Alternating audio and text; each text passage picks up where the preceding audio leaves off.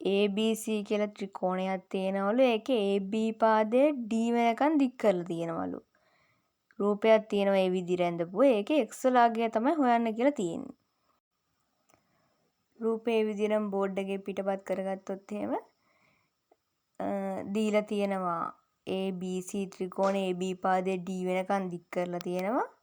ACB x කියලා දීලා තියෙනවා. CAB 2x කියලා දීලා තියෙනවා. ඒ වගේම CBD කියන බාහිර කෝණය අංශක 120යිලු.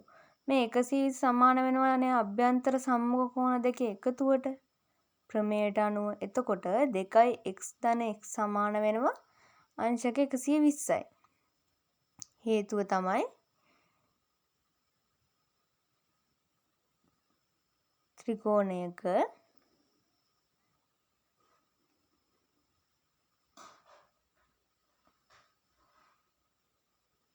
බාහිර කෝණය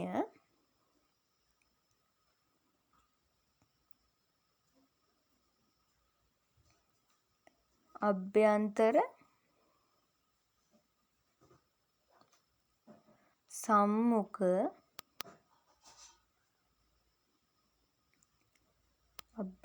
සම්මුඛ කෝණ දෙකේ